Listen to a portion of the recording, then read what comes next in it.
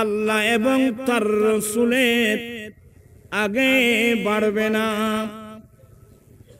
হে ঈমানদার বান্দা, হে মুমিন বান্দা, তোমরা তোমাদের ব্যক্তিগত, পারিবারিক, সামাজিক, রাষ্ট্রীয়, সমাজনীতি, অর্থনীতি, রাষ্ট্রনীতি, রাজনীতি, শিক্ষানীতি, বাণিজ্য নীতি, এক কথায় জন্মলগ্ন থেকে মৃত্যুকাল পর্যন্ত কোন ক্ষেত্রে আল্লাহ এবং তার রাসূলের আগে বাড়বে না।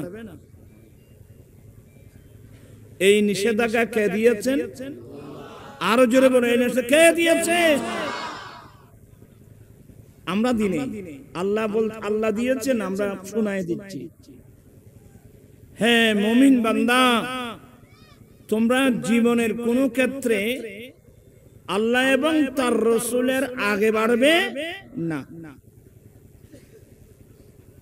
যেদিন থেকে আপনি কলমা পড়েছেন, আমি কলমা পড়েছি, একজন মানুষ যেদিন আমরা কলমা পড়ে নিলাম অন্তরের অন্তরস্থল থেকে, আল্লাহ ছাড়া কোনো ইলাহ নেই, আল্লাহ ছাড়া কোনো মাবুদ নেই, মুহাম্মদ সাল্লাল্লাহু আলাইহি সাল্লাম আল্লাহর প্রেরিত মহাপুরুষ, এই কলমা যেদিন পড়ে নিলাম সেদিন থেকে আমরা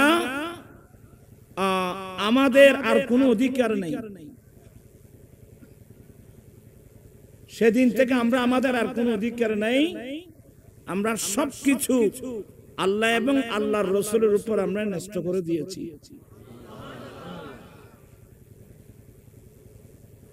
আসলে আমরা এগুলো বুঝি না। আমরা নারী বলুন, পুরুষ বলুন, যেদিন থেকে আপনি কলমা পড়েছেন সেদিন থেকে আপনি আপনার ইচ্ছা মোতাবেক চলতে পারবেন না, খেতে পারবেন না, আয় বিয়ে করতে পারবেন না। আমরা যারা মুমিন মুসলমান, আমরা যাই করব কোরআন সুন্নাহ মোতাবেক করতে হবে। কি মোতাবেক করতে হবে? কোরআন সুন্নাহ মোতাবেক করতে হবে। আল্লাহ নিজেই নিষেধাজ্ঞা জারি করেছেন, এ মুমিন বান্দা, তোমরা জীবনের কোন ক্ষেত্রে আল্লাহ এবং তার রাসূলের আগে বাড়বে না। তার আর মুরব্বী হলো হইতো যে আগে গেলি তারা ন জানো ভাল্লা, তোরা বেগুন শুনতে উঠতে জিদ্দি না, আগে গেলে তারা জানে, আগে গেলে বাঘে খায়, পিছনে গেলে স্বর্ণ পায়, টাকা পায়। এই প্রবাদ বাক্যগুলো আমরা ছোটবেলা থেকে আমরা আমাদের মুরব্বীদের থেকে শুনে আসতেছি। আগে গেলে বাঘে খায়, পিছনে গেলে টাকা পায়, স্বর্ণ পায়। আমার দেশবাসী, কার আগে গেলে বাঘে খায়, কার পিছনে গেলে টাকা পায়, স্বর্ণ পায়, এই কথাগুলো তো আমরা কোনোদিন ব্যাখ্যা করিনি। এই আয়াত যখন পড়লাম, তাফসীর যখন পড়াচ্ছিলাম, হঠাৎ করে মুরব্বীদের কথাগুলো মনে পড়ল। আল্লাহ, এটা তো আল্লাহর কোরআন। আল্লাহ বলছেন, হে মুমিন বান্দা, তোমরা আল্লাহ এবং তার রাসূলের আগে বাড়বে না। কি মানে? যারা আল্লাহ এবং আল্লাহর রাসূলের আগে চলবে তাদেরকে জাহান্নামের ভাগে খাবে, আর যারা আল্লাহ রাসূলের পিছনে পিছনে চলবে এরা ওলি হবে, গৌস হবে, কুতুব হবে, আব্দাল হবে। চিৎকার দিয়ে বলুন না সুবহানাল্লাহ। বেশি আর ওয়াজ লাগবে না। আমার ভাইরা, অনেক সময় চোখে পানি চলে আসে। আমরা আমার দয়াল নবীর সামনে কিভাবে মুখ দেখাবো? মুখ দেখাবার কোনো রাস্তা নেই। আমরা কত বড় ভাগ্যবান, আল্লাহ আমাদেরকে ইমামুল আম্বিয়ার উম্মত বানালেন। তবে দুর্ভাগ্য, ইমামুল আম্বিয়ার উম্মত হয়ে কলমা পড়ে আমরা কোরআন সুন্নাহ বাদ দিয়ে আজে বাজে মানুষের কথা মোতাবেক আমরা চলাফেরা করি। তো পরিণাম ফল কি হবে? বর্তমান যা হচ্ছে তাই হবে। বর্তমান বাংলাদেশ তথা গোটা বিশ্বকে যদি সামনে রাখেন, মুসলিম জাতির কোনো মান সম্মান আছে? এই কিভাবে ফিলিস্তিনের মধ্যে এভাবে এই জালেম চোখের সামনে 70-75 বছর ধরে হাজার হাজার মুসলিম ভাই বোনদেরকে এভাবে মারতে পারে? জাতিসংঘ এটা কোথায়? এটা জাতিসংঘ না, এটা ইহুদি সংঘ। এগুলো বললে রাজনীতির কথা এসে যাবে, আপনারাও রাগ করবেন। মনে রাখবেন, ওয়ামান ইয়ামাল মিসকালা যাররাতিন খায়রান ইয়ারা ওয়ামান ইয়ামাল মিসকালা যাররাতিন শাররান ইয়ারা। আমরা ভালো করি মন্দ করি, প্রত্যেকটা কিছুর অণু পরমাণু আমলনামাগুলো আমাদেরকে দেখানো হবে, তা হিসাব করা হবে। এই জন্য মনীষীরা বলেন যে ভাবিয়া করিও কাজ, করিয়া ভাবিও না। আমার বাবা কোথায়, আমার দাদা কোথায়, আমার দাদি কোথায়, আমার নানা কোথায়, লক্ষ লক্ষ না কোটি কোটি মানুষ ওই কবরস্থানে। আইবার সময় কি কবরস্থান 3 জলকা। এই কবরস্থান যদি এভাবে জঙ্গল হয়, রাতের বেলায় জিয়ারত তো না, দিনের বেলায় তো জিয়ারত করার জন্য মানুষ যাবে না। কবরস্থান এভাবে থাকতে পারে? তোমরা যারা এই মাহফিল আয়োজন করেছো, ইয়ং যুবক, আগামীকাল গোটা কবরস্থান পরিষ্কার করতে হবে। পারবে? চাই ক্ষণ লামি বুকুর বাঁধি আত্মুল আই চাই চাই ব্যাকুণ না তোলে।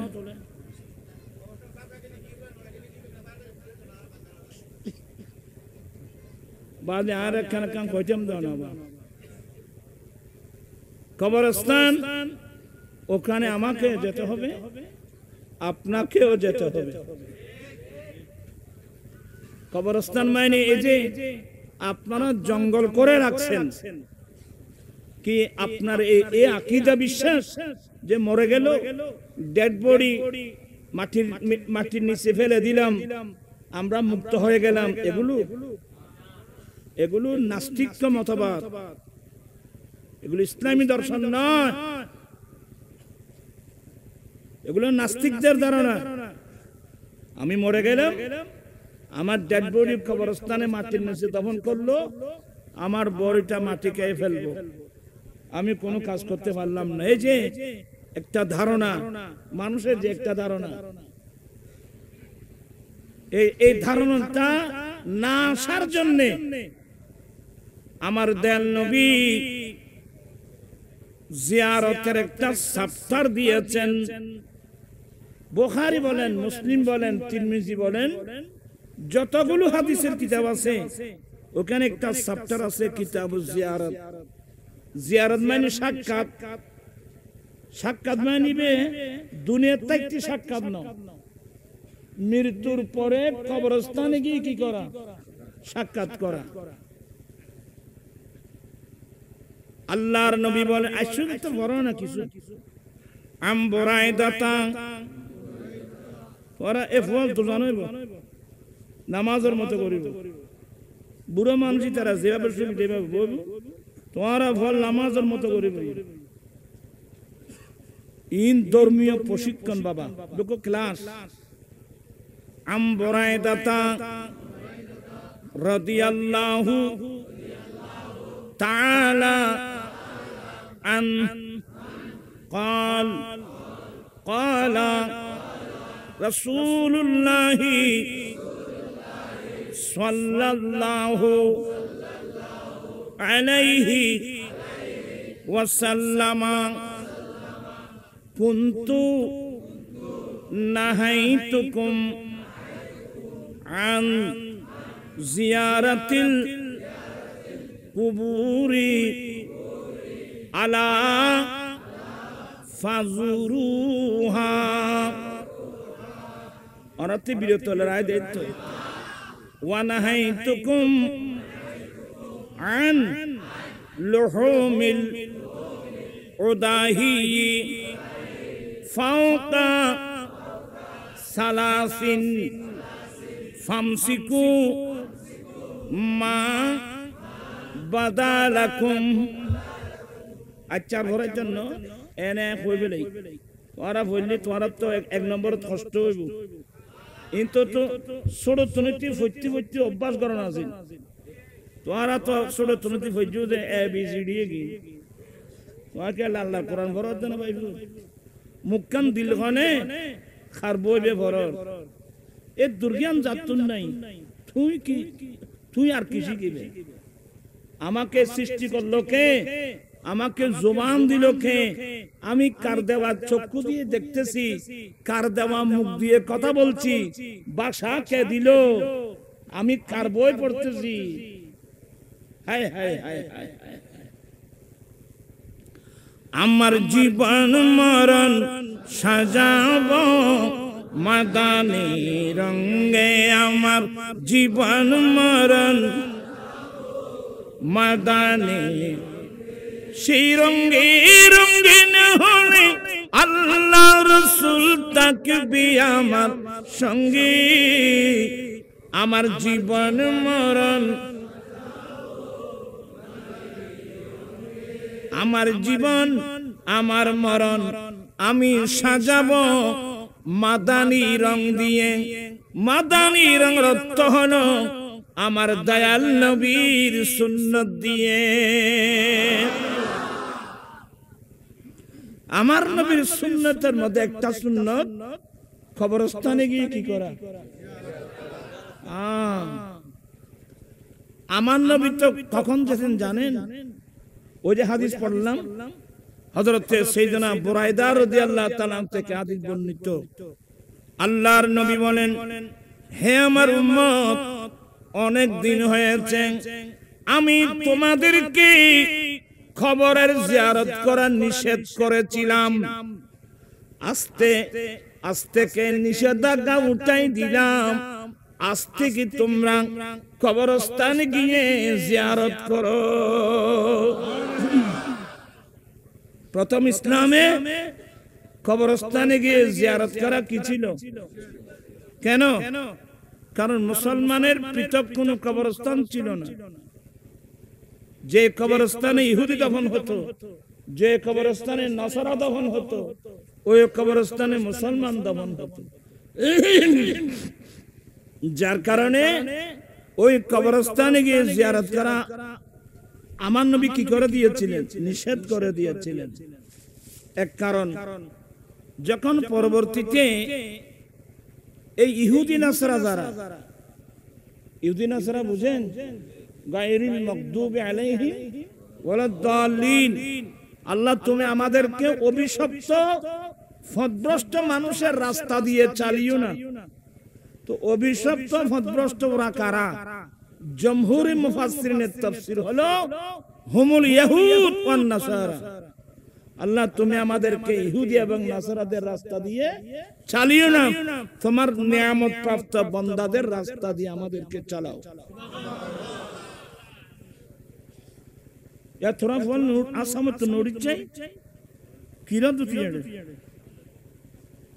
সাপ দোয়ান টানা কেন বন্ধ রাখ আয় কিছু কথা কইতে নিস আই বেরে আবার ইবে দেরি দিবে এতুন তো তার কেন আছে না ওই জন্য নাম আল্লাহ আল্লাহর হুয়া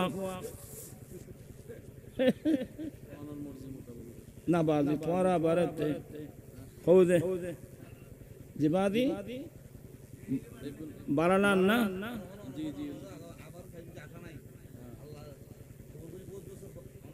ওই আয় আর জিয়ারত হইলে বলতে যাবি যে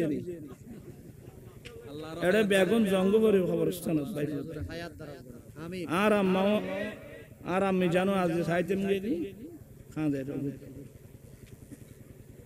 কখন চলে যায় চলে তো যেতে হবে এখানে আমরা বাড়িঘর নিয়ে যে জীবন কাটাচ্ছি আমরা পাগল আমাদের মাথায় কিছু নাই তারা আরবি জান হয় মুখ মাফি মাথার মধ্যে মগজ নাই কথা দিত বাবু তোমরা কথা বলিও না বলতে চাচ্ছিলাম যে এক সময় কবরস্থানে গিয়ে জিয়ারত করা কি ছিল নিষেধাজ্ঞার পিছনে একটি কারণ যে মুসলমানের পৃথক কোনো কবরস্থান ছিল না, এক। দ্বিতীয় নম্বর কারণ হলো যে যারা ইসলাম ধর্ম গ্রহণ করেছিল ওরা অধিকাংশ মূর্তি পূজা করত। এই মাত্র কর্মাভরে মুসলমান হয়েছে। আমার নবী চিন্তা করলেন এই মুহূর্তের মধ্যে যদি ওদেরকে কবরস্থানে গিয়ে জিয়ারত করার পারমিশন দেওয়া হয়, খোদাই না করুক কবরের সামনে দেখলে ওই মূর্তির কথা কি পড়বে, মনে পড়বে। খোদাই না করে আবার মূর্তি পূজার দিকে দাবিত হওয়ার সম্ভাবনা আছে। তো বিভিন্ন কারণে প্রথম ইসলামের মধ্যে কবরস্থানে গিয়ে জিয়ারত করা কি ছিল। যেমন ওই হাদিসের মধ্যে আরো আছে, ওয়ানাহাইতুকুম আল্লুহুমিল উদাহি ফাওকা সালাসিন। উম্মত, এক সময় তোমাদের উপর 3 দিনের চেয়ে অতিরিক্ত কোরবানির মাংস খাওয়া নিষেধ করেছিলাম। প্রথম ইসলামত কোরবান গজুদে কোরবান গোশত খদিন ইয়া খদিন খাইতে নাই গো,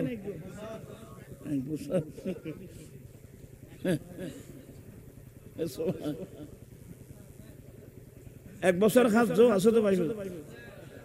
ওই গরিব মানুষের নদে ফিরিজ বরি রায় দি আড়া বছর খবরদার এলেন করছো।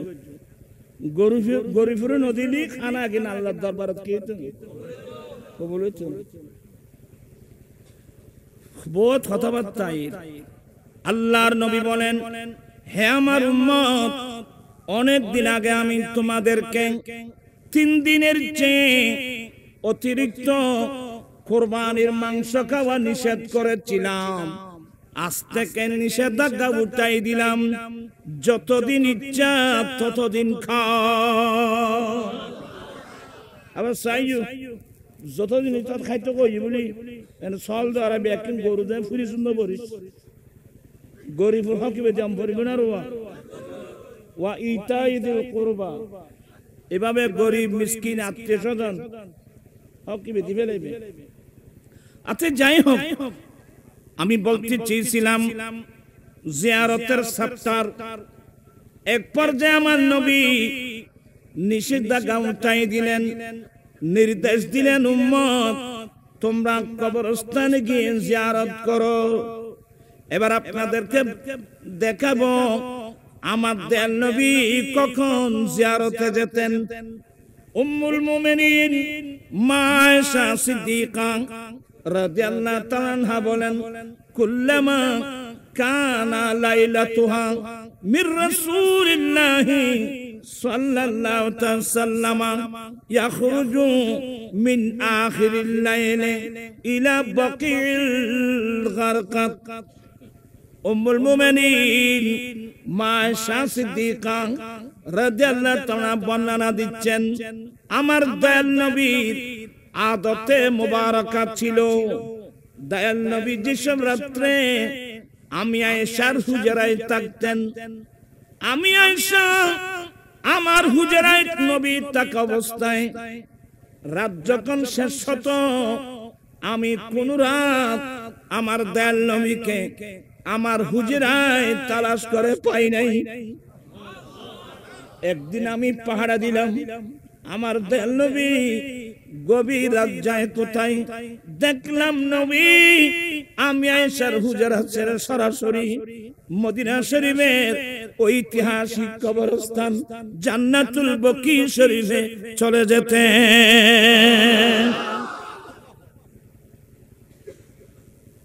এনে বাপলে মহব্বত আছে, রাইতুল নিশিন আর বাপ হরি রইল এ হয়ে বাপর খবর ভারত গিয়ে যখন আছো আর এটা যে জল দেয় না তুই একটা রাইত যখন দিনে তো জাতি নি ডরে। আমি সবাইকে বলে যাচ্ছি আয় আর খামলি জল পরিষ্কার করেন ভাই, পারিবে না তোমারা, পারিবে না একদম পরিষ্কার করি বানাইতে পারিবে তো, একদম পরিষ্কার করে চতুর্পাশে সবাই মিলে একটা ওয়াল দিয়ে দিবে, আর পশ্চিম দিকে গেট রাখবা কবরস্থানে ঢুকার জন্য। যাতে কবর পূর্ব পাশ থেকে কবর দিয়ে আসবা, যাতে পশ্চিম পাশ থেকে কিবলাকে পিছনে দিয়ে মইয়তের চেহারা সামনে নিয়ে আমার নবীর সুন্নত মোতাবেক যেন জিয়ারত করা যায়। আল্লাহ ইন্দরে দিবেন, মাঝখানে চলাফেরার জন্য কি রাখবেন? রাস্তা রাখবেন, যাতে চলাফেরার মধ্যে কোনো মইয়তের কবরের উপর যেন ভার রাখতে না হয়। অর্থাৎ পরিকল্পিত কবরস্থান। আর চতুর্পাশে ওই ফাতা বাহার গাছ কদুন আছে না, এই লাল ফাতাওয়ালা গাছ কদুন নাই, অনেক সুন্দর দেখতে। চতুর্পাশে দিবেন, লাগাই দিবেন। আর মাগরিবের পরে সুগন্ধি বের হয়, একটা ফুল আছে হাসনা হেনা, আবার কি রাত কেরানি, গন্ধরাজ, যা যা আছে আর কি, এই ফুল গাছগুলো চতুর্পাশে রোপণ করে দিবেন, যাতে মাগরিবের পর একটা সুগন্ধি বের হয়। কারণ সুগন্ধি যখন আপনার ব্রেনে চলে যাবে, আপনার এমন ভালো লাগবে, আপনার অন্তর ইচ্ছা করবে গোটা কবরস্থানে ঘুরে ঘুরে আমি একটু জিয়ারত করি। আয় কি কথা ইয়া কবরস্থান কঠিন পরিষ্কার করা করতে পারে না, বহুত কবরস্থান পরিষ্কার করায় এবং পরিকল্পিত কবরস্থান বানানোর জন্য আমি বলছি আমার ভাইরা, সেই কবরস্থানে তো আমাকেও যেতে হবে। আজকে ডেলি আপনি আপনার ঘরটা ডেলি কতবার পরিষ্কার করতেছেন? মইয়ত মারিবে, মরে গিয়ে না। আল্লাহর নবী সাবধান দিলেন, তোমরা কবরস্থানে যাও, প্রথমে সালাম দিবা, আসসালামু আলাইকুম ইয়া আহলাল কবর। এক কবরের বাসিন্দারা বুঝে গেই না। আর ভাই তারা মনে করে যে বুঝে গেই, তো ফুসি গেলি সালাম খেলে দিতে হইল নবী। ও বাস আসা নবী কি দিতে কইলে হইলে মানুষ মারা যায় যে কতক্ষণ? এক কিছুক্ষণ। দেহ থেকে প্রাণ বের হলো, এরপরে মইয়তকে কবরে দফন করার আগ পর্যন্ত মইয়ত। এই জন্য জানাজার নামাজে পড়া হয় ওয়া দুআউ লিহাযাল মাইয়িতে, মাইয়িবলি লিহাযিহিল মাইয়িতে। কিন্তু দফন করা শেষ, এখন আর তাকে মইয়ত বলা যাবে না, এখন তার নাম হয়ে গেল আহলাল কবর। আসসালামু আলাইকুম ইয়া আহলাল কবর মিনাল মুমিনিনা ওয়াল মুমিনাত ওয়াল মুসলিমিনা ওয়াল মুসলিমাত, নাসআলুল্লাহ লানা ওয়া লাকুমুল আফিয়া ওয়া ইন্না ইনশাআল্লাহু বিকুম লালাহিকুন। মরে গেই নেবে, এই মরা কিছুক্ষণ, এরপরে বেঁচে আতা। এই জন্য নবী তাকে কি দিতে বলছে? মরা মানুষের মাঝে সালাম দেন। আরো মানুষ মারা গেল, পাবলিসিটি, অমুক রাতে 3টা মারা গেল। হাই হাই, গতকাল আমরা একসঙ্গে মাহফিলে ছিলাম, রাতের 3টা বাজে চলে গেল, একটু দেখে আসি। যখন তাকে দেখতে গেলেন, হাতের মধ্যে শুয়ে আছে, আপনি কি আসসালামু আলাইকুম বলবেন? কারণ সে কি মারা গিয়েছে। কিন্তু তাকে গোসল পড়ায়, জানাজার নামাজ পড়ায়, কবরস্থানে যখন দফন করা হলো, এবার আমার নইবরণ এখন কি দাও? এখন সালাম দাও, আসসালামু আলাইকুম ইয়া আহলাল কবর। মরানা জিয়াতা শুনে না।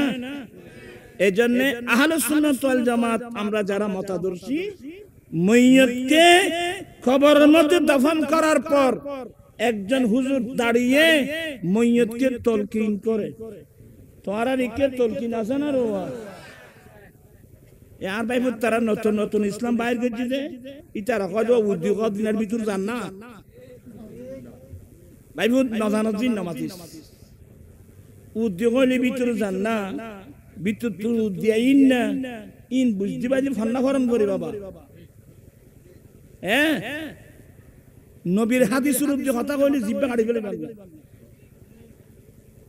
তলকিন আছে না তোরা মদরচ্চ বলতে আইলি নুরুলি জগৎ যে বিহারা সরকারি মাদ্রাসা তিয়া নগরা কওমি লাইনের মাদ্রাসা আছে কওমি লাইনের মাদ্রাসা আছে বা পাইবে ওয়াতালকিনুহু ফিল কবরে মাশরুউন মাইয়াতকে কবরের ভিতর দাফন করার পর মাইয়াতকে তলকিন করা এটা শুধু জায়েজ না এটা শরীয়তের বিধান এটা শরীয়তের ভাই তারা কয় দেবো উদ্যোগ দিনের ভিতরে যান না আচ্ছা কয়ে দেন এটা নয় তোর কই দেন তো বদদূর যায় না আপনারা বেশি না মেসকাতটা পড়েন আমার নবী বলেন ইদা উদিয়াল মাইয়াতু মাইয়াতকে যখন কবরের ভিতরে দফন করা হলো দফন করার পর আতাহু মালাকানে আসওয়াদানে আরজাকানে ওই কবরের ভিতর মুনকার আর নকির দুজন ফেরেশতা আসবে আইবে না রে শুধু ফেরেশতা নয় আর নবীও আইবে মুনকার নকিরের আগে যাবে যে কবর আমান এ দরুদি মদিনা শহর চিৎকার দিয়ে বলুন না সুবহানাল্লাহ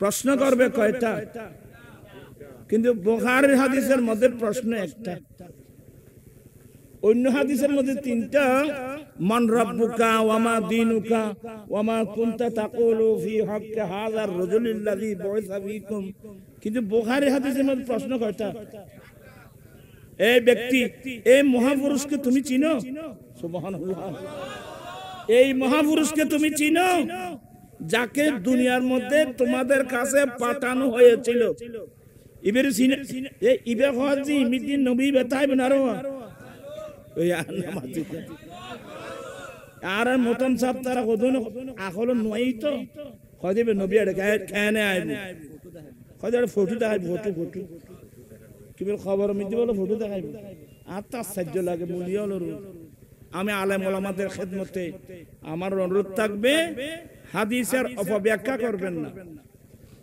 হাদিসের ঠিকভাবে ব্যাখ্যা করবেন আমার রাসূল বলছেন ওই ফেরেশতা বলবেন ওয়ামা কুনতা তাকুলু ফি হাক্কি হাযার রাজুলিল্লাযী বুইসা ফীকুম এই মহাপুরুষ যাকে তোমাদের কাছে পাঠানো হয়েছিল ওনার সম্পর্কে তোমার কি মন্তব্য তো ঈমানদার হলে চিনবে তো ইন্নামাতে ঈমানদার হলে সেই জীবনে কোনোদিন দেখে নাই সেই জীবনে কোনোদিন দেখে নাই ঈমান থাকলে আমার নবীকে দেখা মাত্র আমার নবীকে চিনবে আর যারা নবীকে দেখছে যেমন আবু লাহাব আবু জাহেল 50 বছর দেখছে কিন্তু কবরের মধ্যে আমার নবীকে চিনবে আর যারা আমরা দেখি নাই নবীর কলমা পড়েছি কিন্তু আমরা দেখা মাত্র আমার নবীকে কি সুবহানাল্লাহ বলবেন না আমি সবাইকে বলবো ভালো যদি বাসতে হয় নবীকে বাসন ভালো যদি নবী তরানি वाला নবী প্রাণের চেয়ে প্রিয় তাই প্রাণের চেয়ে প্রিয় তাই নবী কি জানো ভালো যদি আরে সাকারাতের বিছানাতে কি যে যন্ত্রণা সাত সাগরের পানি দিল তৃষ্ণা মিটিবে না আরে সাকারাতের বিছানাতে কি যে যন্ত্রণা সাত সাগরের পানি দিল আর কৌসরের পানি দিবেন শাহে মদিনা। বিশ্বাস আছে? হাত উঠায় বলো, বিশ্বাস আছে? কৌসরের পানি দিবেন শাহে মদিনা, কৌসরের মালিক যিনি তাহা কি জানো, ভালো যদি আসলে দেরি হয়ে যাবে তো। মানুষ সামনে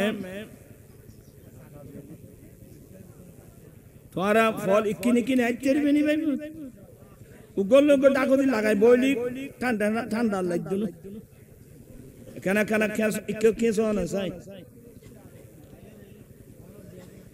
মানুষ ফার ভিতরে একজন মানুষ সত্য নয় ভাই বোধহয় চেতন নাই।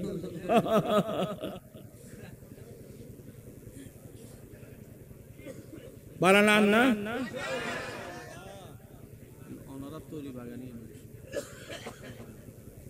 বালানান না রো আর নবী আইবে না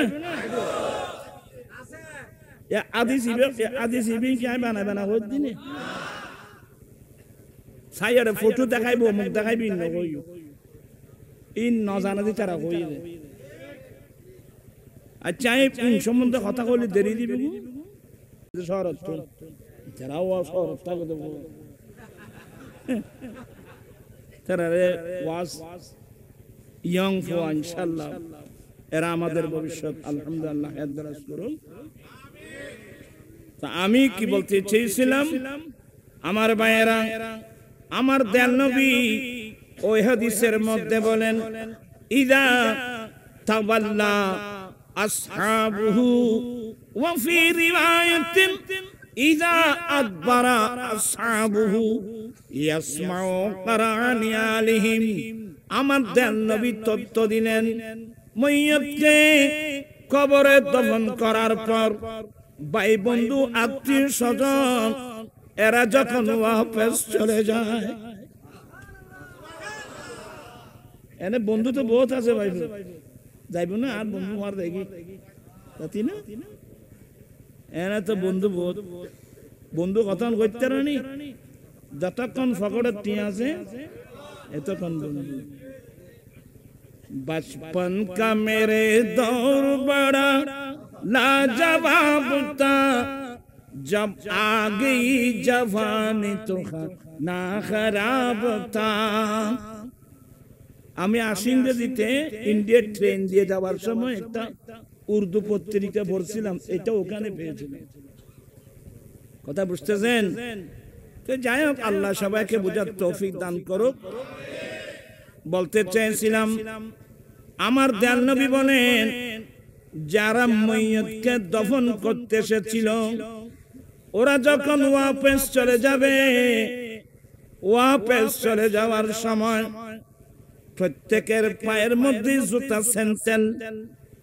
জুতা স্যান্ডেল পরে হাঁটার সময় টক টক একটা আওয়াজ হয়।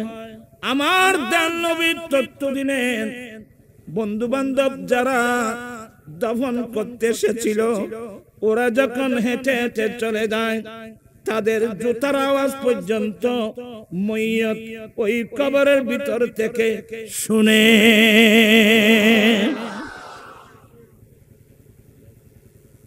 তুমি বলেন উদ্যোগ হলে ভিতরে যান না, উদ্যোগ জোতার আওয়াজ দিবই না। আপনারা শিক্ষিত লোক, এই জন্য ভালো আলেমের কাছে লেখাপড়া করতে হবে, ভালো আলেমের ওয়াজ শুনতে হবে, যারা কোরআন হাদিস সম্পর্কে জানে।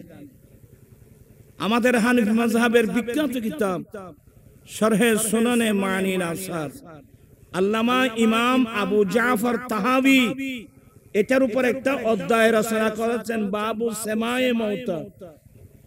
মৃত ব্যক্তি খবরের ভিতর থেকে শুনে, এটার একটা গোটা একটা চ্যাপ্টার। আল্লাহর নবী এই আর কইতেন না দেরি কি, আল্লাহর নবী বদরের যুদ্ধে 70 জন কাফের মরল, 70 জন কাফের বন্দী হলো। ইসলামের নিয়ম অনুযায়ী যে যুদ্ধের মাঠে বিজয় লাভ করবে, হুট করে কোন মুজাহিদিন সেই মাঠ ত্যাগ করে চলে যায় না, কমসে কম সেই মাঠের মধ্যে 3 দিন অপেক্ষা করতে হবে। 17 রমজান জুমাবার বদরের যুদ্ধ হলো, নিরস্ত্র মুসলিম বাহিনীকে আল্লাহ বিজয় দান করলেন।